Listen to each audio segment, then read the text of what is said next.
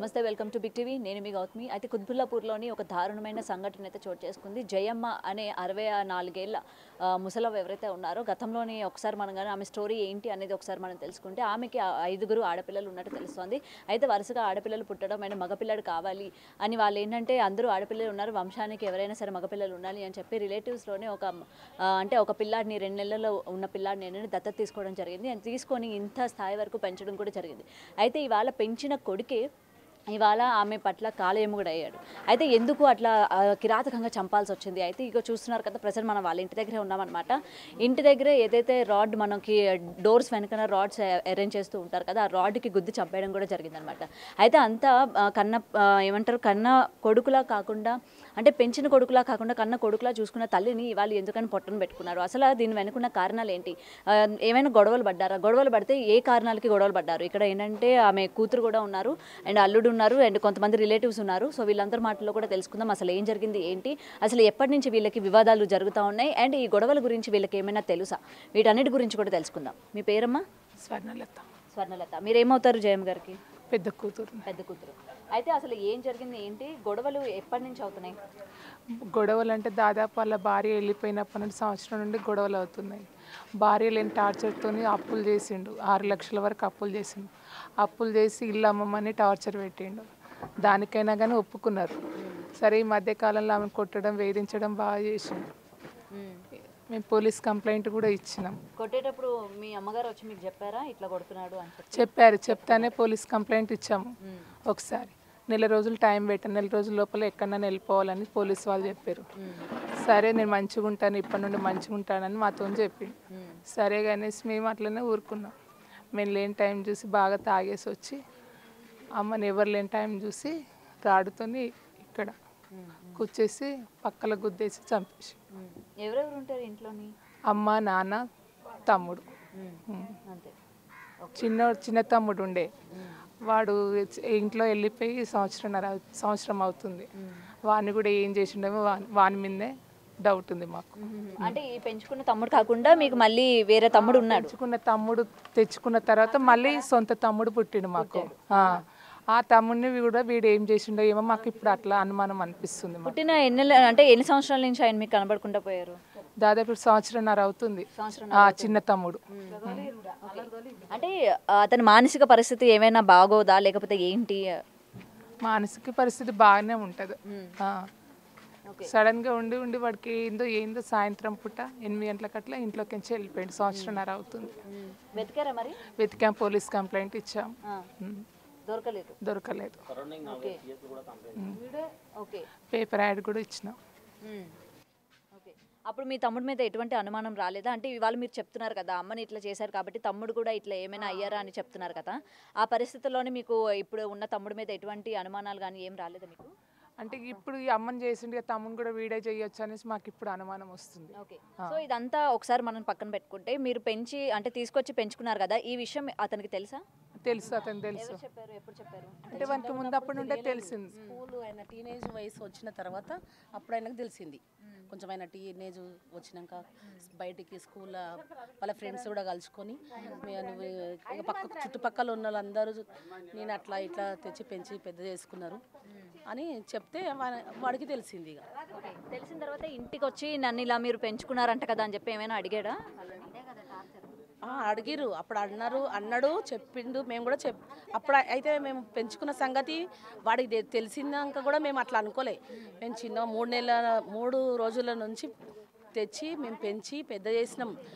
పాల డబ్బాలు అవి ఇవి మేము ఎంత కష్టపడి పెంచినామో, మా చిన్న తమ్ముని ఎలా చూసుకున్నామో పెద్ద తమ్ముని కూడా అలానే చూసుకున్నాం. వీడికి వాడికి అని డిఫరెంట్ అయితే మేము ఏం చేయలేము అసలు. మరి మీరు అంటే ఆ డిఫరెన్స్ చేయనప్పుడు ఆ అబ్బాయిలోని ఎందుకని ఆ డిఫరెన్స్ కలిగింది? అంటే బయట వ్యక్తిని తీసుకొచ్చి అంత ఆప్యాయంగా పెంచుకున్నప్పుడు ఇంకా ఎక్కువ ప్రేమతో ఉండాలి కదా మరి.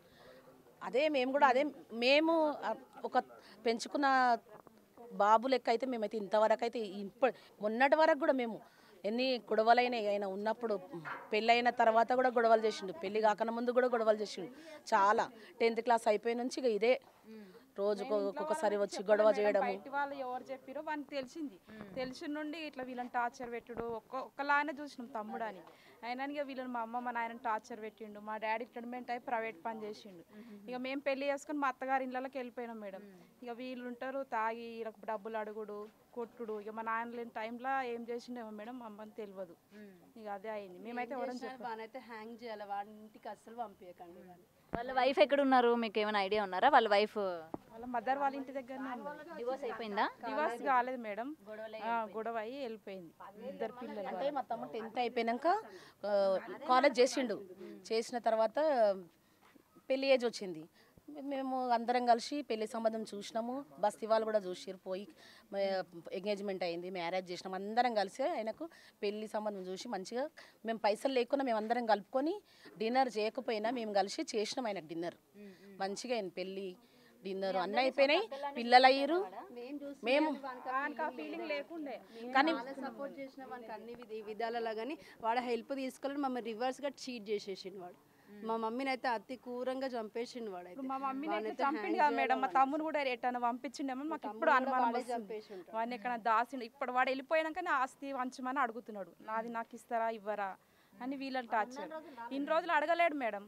ఇప్పుడు వాళ్ళు పోయినాక నీ కూతుర్లకే ఇస్తావా మాకు ఇవ్వవా, వాడు రాకపోతే ఇయ్యారని మా తమ్ముని మీద పెట్టా అంటుండు. అయితే ఎప్పుడైతే తను సొంత కొడుకు కాదు అని తెలిసినప్పటి నుంచి ఇలా బిహేవ్ చేయడం స్టార్ట్ చేశాడా? అప్పుడు ఏం లేకుండే, మంచిగా ఉన్నాడు. పెళ్లి చేసుకొని భార్యతో కూడా బాగానే ఉన్నాడు. వాడు మా తమ్ముడు ఇంట్లో నుంచి బయటకు వెళ్ళాక అట్లా తయారైంది. మొత్తం వాళ్ళ వైఫ్ వదిలేసింది కదా, అప్పటి నుంచి బాగా మందు తాగేసి ఏమేమో తాగేసి ఇంకా గలీజ్గా తయారు. వాళ్ళ వైఫ్ వదిలేసి నుంచి వాడు అట్లా తయారైండు. నిన్న మొన్న ఏమో మేము ఆల్రెడీ ఎంత కన్విన్స్ చేసినాం, ఇక్కడ వచ్చి ఉండు, మా మమ్మీ వాళ్ళ దగ్గర ఉండు, చేంజ్ కాకపోతే అప్పుడు డివోర్స్ తీసుకొని మేము కూడా చెప్పినా కానీ ఆమె ఇనలేదు. అసలుకి ఇనలేదు. మళ్ళీ మొన్న 10,000 ఏమో తీసుకొని రమ్మంటే ఆ విషయంలోనే గొడవ అయిందని అనుకుంటున్నాం మేమైతే. మా మమ్మీని దాని గురించే చంపిండేమో అని మేము అనుకుంటున్నాం. తీసుకొని రమ్మని వాళ్ళ మామగారు చెప్పిండు. మా తమ్ముడు వాళ్ళ మామగారు చెప్తే ఇట్లా తీసుకొని వస్తేనే మా పాపను పంపిస్తాము, ఏదైనా ఒకటి మాట్లాడి పంపిస్తామని ఒప్పుకున్నారు. అంతే. ఆ విషయం దిక్కెళ్ళి ఇంట్లో మా అమ్మను మా డాడీని మా మా మా హస్బెండ్లకి మాకు ఫోన్ చేసి చెప్పారు, అక్క మీరు కూడా ఒకసారి రండి మాట్లాడదాము, వెళ్ళి వాళ్ళకి చెప్దాము అంటే మేమన్నాం. వీడు కూడా ఈ తాగుడికి బానిస అయిపోయిండు. ఈ గంజాయి ఇంకా గుట్కా అవన్నీ ఇక వగేరా వగేరా అన్నీ మొత్తం ఎక్కువైపోయినాయి. అవి భార్య లేకుండా ఉన్నప్పుడు కూడా ఉండే, కానీ అంత లేకుండే. భార్య పోయి నుంచి ఇంక ఎక్కువైపోయి తాగుడు ఎక్కువైపోయి ఆయన ఏ పని చేస్తున్నా ఏం మాట్లాడుతున్నాం ఆయనకు అసలు ఏమి ఉండదు. నా 2 పిల్లలు, పాప బాబు. ఇప్పుడు కూతుర్లు అంటే బయట ఉంటారు, భర్తలతో ఉంటారు, వేరే వేరే కాపురాలు పెట్టుకొని ఉన్నారు కాబట్టి సరిపోయింది. అయితే మీరు ఇంట్లోని మీ కొడుకు మీరు కలిసి ఉంటూ ఉంటారు కదా, అయితే దీనికి సంబంధించి ఎప్పుడైనా గొడవలు జరగడం కానీ, గొడవలు జరిగేటప్పుడు మీరు ఏ విధంగా చెప్పేవాళ్ళు ఏంటి? అసలు మీకు డబ్బులు ఒక్కటే అందులోనే మాత్రమే మీకు గొడవ పడేవాడా? అంటే అప్పులు చేసి ఇట్లా అప్పు తీర్చాలన్న ఒకటేనా? 10,000 కావాలని చెప్పిండు. అప్పులు చేసిన తర్వాత 5 lakhs అప్పులు చేసిరంట. అయితే 7 lakhs అని చెప్పారు మాకు. ఫస్ట్ 5 lakhs అని చెప్పిండు. దాని దిక్కెళ్ళి ఆయన తాగడము చేయడము మొత్తము. అయితే ఆయన అప్పులు ఉన్నాయి నాకు. నేను ఆయన అక్కడ పక్కకు 2 రూమ్లు ఉన్నాయి. ఆ 2 రూమ్లు ఆయన పేరు మీదనే ఉన్నాయి. అవి అట్లా అని మేము అనుకున్నాం ముందు, ఫస్ట్ గొడవ కాకుండా ముందుకు. పేరు మీద లేవు, ఆయన పేరు మీద లేవు, సారీ ఆయన పేరు మీద లేవు, కానీ అవి ఉన్నాయి 2 రూమ్లు. ఇక వీళ్ళు అలాగైపోయారు, పెళ్ళి అయిపోయినాక అలాగుంటారని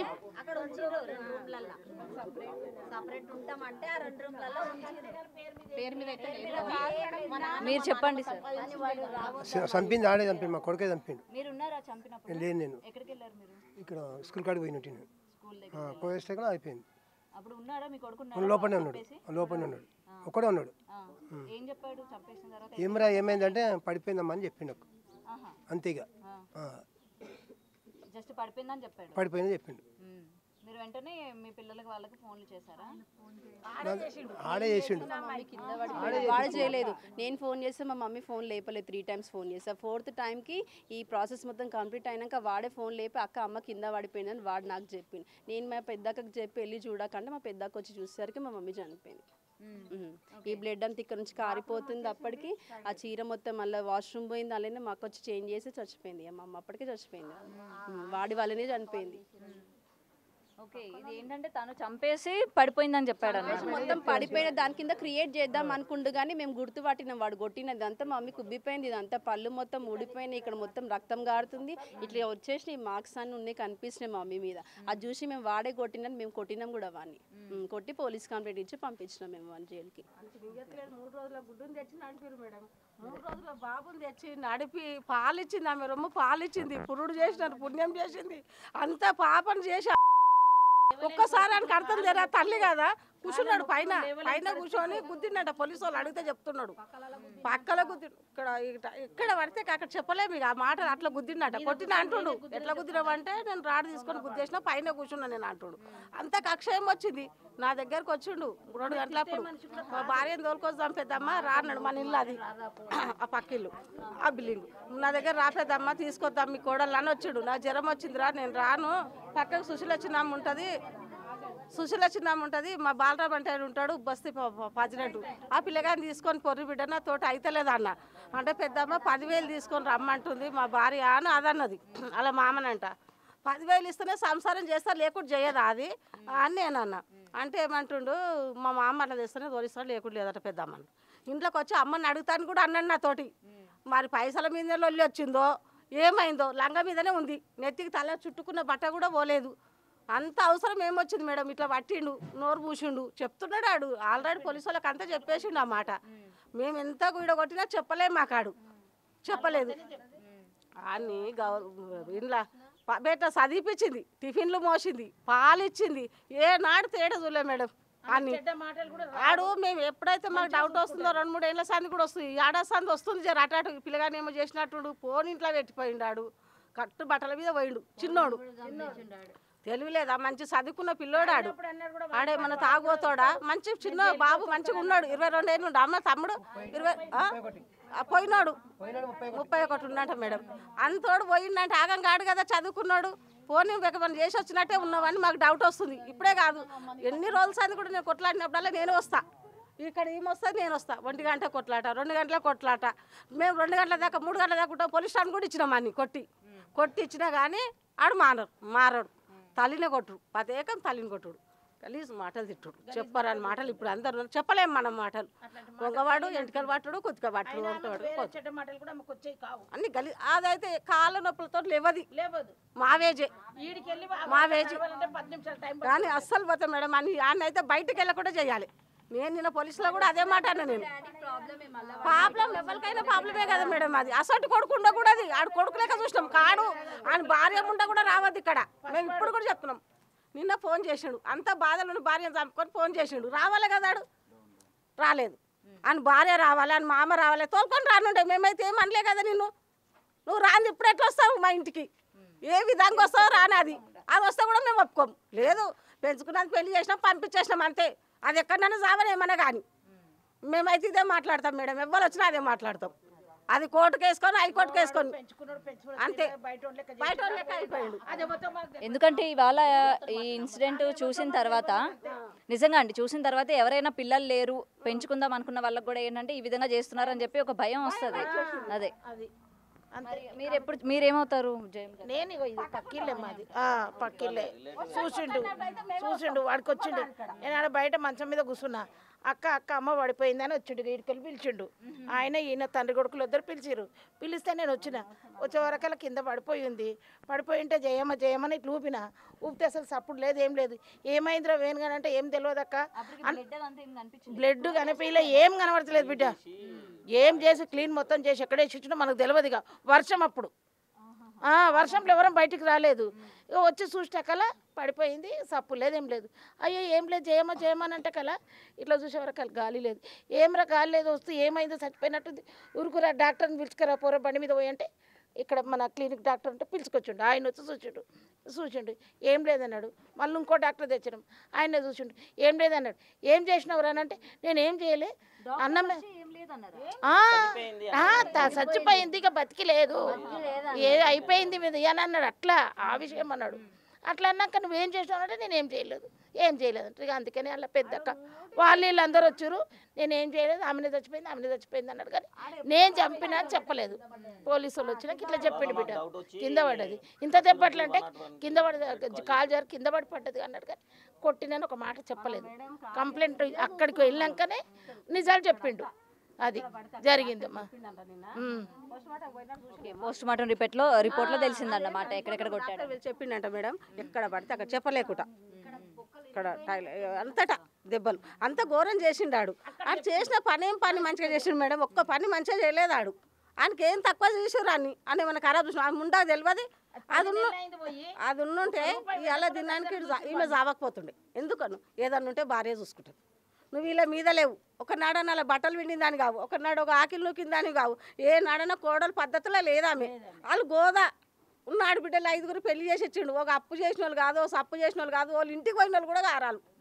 వాళ్ళ అల్లుండ్లా వాళ్ళ మట్టుకాలు మంచిగా అందరు బాగుపడ్డట్టే ఉన్నారు. వాళ్ళందరూ వస్తారు వచ్చి ఇక్కడ వండుకొని తిని అలా పెట్టిపోతారు. ఆయన కూడా బామ్మడిది కానీ మన పిల్లాడు బయటోడు అన్నాడు చూడలే.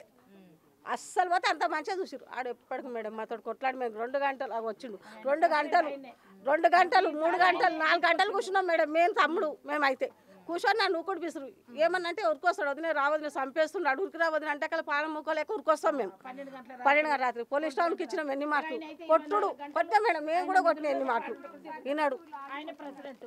తమ్మిడికి మొత్తం తెలుసు. మీరేమవుతారండి? నేను రిలేషన్ అంటే ఇక్కడ ప్రస్తుతానికి ఇక్కడ బస్సులో ప్రెసిడెంట్ నేను. ఓకే. అసలు ఈ గొడవలు అన్నీ మీరు ఎప్పుడైనా సరే మీ వరకు వచ్చినాయా? మీరు వచ్చి ఏమైనా సర్ది చెప్పడం కానీ అట్లా ఏమైనా చేశారా? గతంలో కూడా చాలాసార్లు చెప్పడం జరిగింది. సంవత్సరం నుంచి రెగ్యులర్గా అవుతున్నాయి. ఏదన్నా అలా భార్య పోయినాక చాలా తల్లిదండ్రుల మీద అటాక్ ఎక్కువ చేస్తున్నాడు. అంటే ఆ రీజన్ పెట్టుకుని వీళ్ళ మీద అటాక్ చేస్తున్నాడు. ఎప్పుడైనా కొట్టేవాడు, తిట్టేవాడు, తాగి ఇష్టం వచ్చినట్టు చేసేవాడు. 10 సార్లు మేము కూడా వచ్చినాం. చాలా ఇబ్బందులు చేసి మేము నచ్చ చెప్పడం జరిగింది. 2 బెదిరియడం జరిగింది. అయినా సరే రేపటి నుంచి మారుతా అని చెప్పడం జరిగింది. ఈ విధంగా చాలాసార్లు చెప్పినాం కానీ ఆయన అర్థం చేసుకోకుండా తాగి ఆ ప్రెస్టేజన్తో ఏరియా అలవాట్లతోటి వాళ్ళని హింసించి ఆమెను పలుమార్లు కొడితే కూడా మేము కూడా సంజాయించి చెప్పినాం. ఇప్పుడు అదే రిపీట్ అవుతుంది. మొన్న సంఘటన ఇట్లా జరిగింది. సో ఏదైనా సరే ఇది చాలా దారుణమైన సంఘటన అనే చెప్పుకోవాలి. ఇక చూస్తున్నారు కదా ప్రజెంట్ ఇదే ఇంటి దగ్గర మనం ఉన్నాము. అండ్ లోపల ఏంటంటే ఒకసారి లోపలికి వెళ్ళైతే చూద్దాము. సో చూస్తున్నారు కదా ప్రజెంట్ ఇగో మనకి ఏంటంటే పాతకాలం అంటే ఇప్పుడు మొత్తం రినోవేషన్ అండ్ కొత్తగా వచ్చేసిన తర్వాత డోర్స్కి ఇట్లాంటి సిస్టమ్ అనేది బాగా కనుమరుగైపోయింది. అండ్ ఇగోండి మనకి ఇక్కడ గడిలాగా కూడా పెట్టుకుంటూ ఉంటారు కదా. అండ్ ఇక్కడ ఐరన్ది ఒకటి గడిలాగా పెట్టుకునేది కూడా ఉంటుంది. అండ్ దాంతోనే జయమ్మని కొడుకు ఏంటంటే చంపేయడం జరిగింది. అండ్ అంటే తలకేసి గట్టిగా బలంగా కొట్టడం జరిగింది. కొట్టిన తర్వాత ఆమె నోరు కూడా మూసేసి రిబ్స్ కింద అండ్ కడుపులోని కూడా ఏమంటారు తీవ్రమైన గాయాలు కూడా చేసినట్టు ఇక్కడ చెప్తూ ఉన్నారు. అండ్ దాని మూలంగానే ఆమె స్పాట్లోని చనిపోవడం జరిగింది. అండ్ ఆమె చనిపోయిన తర్వాత కూడా ఏంటంటే చుట్టుపక్కల వాళ్ళని పిలిచి అసలు ఏమీ తెలియనట్టుగా ఆవిడ ఏమంటారు నార్మల్గా పడిపోయినట్టుగా కూడా ఏంటంటే చుట్టుపక్కల వాళ్ళని వెంటనే పిలవడం జరిగింది. అసలు ఏం జరిగిందో ఏంటో తెలియదు, అమ్మ ఇలాగ నేల మీద పడిపోయింది అని చెప్పగానే పాపం వాళ్ళు కూడా తెలియను అంటే చుట్టుపక్కల వాళ్ళు కూడా ఏంటంటే వెంటనే హాస్పిటల్కి డాక్టర్ని పిలిపించమని చెప్పడం కూడా జరిగింది. అండ్ డాక్టర్స్ని కూడా వచ్చిన తర్వాత ఆమె చనిపోయిందని చెప్పిన తర్వాత వీళ్ళ ఫ్యామిలీ మెంబర్స్ వీళ్ళ సిస్టర్స్ ఎవరైతే ఉన్నారో వాళ్ళకి వెంటనే ఫోన్ కాల్స్ కూడా చేయడం జరిగింది. వాళ్ళందరూ వచ్చి అడిగినా సరే ఏమో నాకు తెలియదు, ఎలా పడిపోయిందో కూడా తెలియదు అని చెప్పడం. అంటే ఇదే వర్షంలోనే నాకంతా అసలు నాకేం తెలియదు అంటే ఆయన హత్య చేసి ఇదేంటంటే నార్మల్ డెత్ లాగా చిత్రీకరిద్దాం అన్నట్టు ట్రై చేసినట్టు కూడా ఇక్కడ తెలుస్తోంది. సో ఏది ఏమైనా సరే ఇక్కడ ఆల్రెడీ సిస్టర్స్కి ముందు నుంచి ఆయన మీద అనుమానం ఉంది. ఎందుకంటే గతంలో కూడా ఇట్లాంటి గొడవలు ఆయన పలు రకాల అప్పులు కూడా చేసి దీనికి సంబంధించి డబ్బులు ఇవ్వాలని తల్లిదండ్రులు ఇద్దరిని కూడా ఎప్పుడు కూడా కొట్టడం కానీ లేకపోతే హింస పెట్టడం కానీ చేస్తూ ఉండేవాళ్ళని ఇక్కడ పిల్లలకి అనుమానం రావడంతో వెంటనే పోలీసులు కూడా ఫిర్యాదు చేయడం జరిగింది. అండ్ పోలీసులు వెంటనే వచ్చి అసలు ఏం జరిగింది ఏంటి అని ఘటనా స్థలాన్ని మొత్తం కూడా పరిశీలించిన తర్వాత సో తనని కూడా అదుపులోకి తీసుకున్న తర్వాత నిజాలు ఏంటనేది మొత్తం కూడా చెప్పడం జరిగిందంట. అండ్ తనే చంపాడు అండ్ ఏ కారణం వల్ల చంపాడు అన్న విషయాలు కూడా ఇవాళ తెలియజేసినట్టు తెలుస్తుంది. అయితే ఏది ఏమైనా సరే కొడుకు ఇవాళ మనం చూస్తూ ఉన్నాం ఏదైనా సరే ఆడపిల్ల పుట్టగానే వెంటనే మనకి కొడుకు కావాలి, కొడుకు అయితేనే వంశాన్ని ఉద్ధరిస్తాడు, మనకి పున్నామ నరకం నుంచి కాపాడుతాడు అని చెప్పి ఏదైతే ప్రయత్నాలు చేస్తూ ఉన్నారో ఇవాళ చూస్తున్నారు కదా ఇక్కడ ఇదే ఇన్సిడెంట్ జరిగింది.